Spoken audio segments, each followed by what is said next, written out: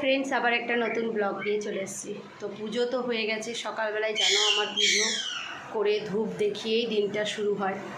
আর আজকে লক্ষ্মীবার, পুজো আমি কিছুটা করে দিই, আমার মা কিছুটা করে, দুজন মিলে করলে তাড়াতাড়ি হয়ে যায়।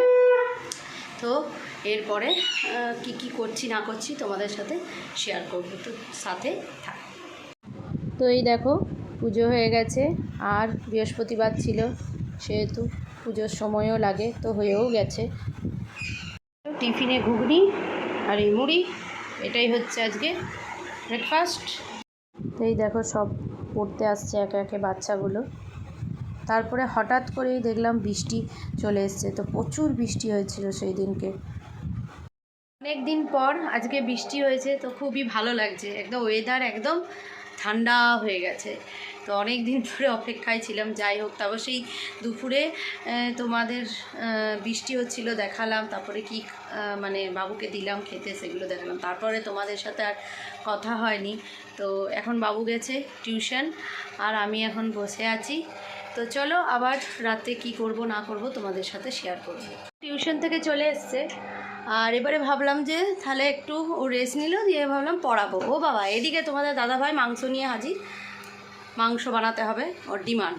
আর বৃষ্টি হয়েছে সেই জন্য খিচুড়ি আর তার সাথে মাংস খাবে। তো চলো করি, তোমরা সাথে থেকো।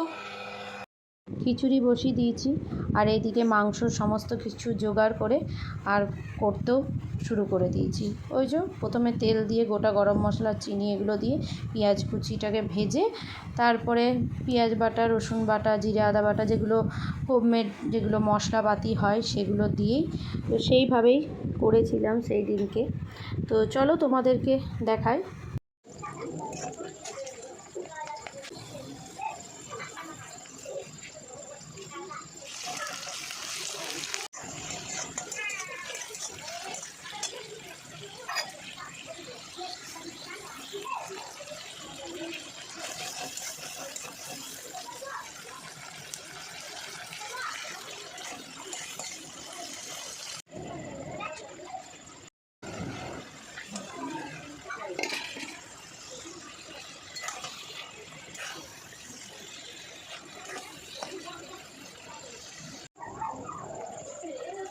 রান্না আমার কমপ্লিট।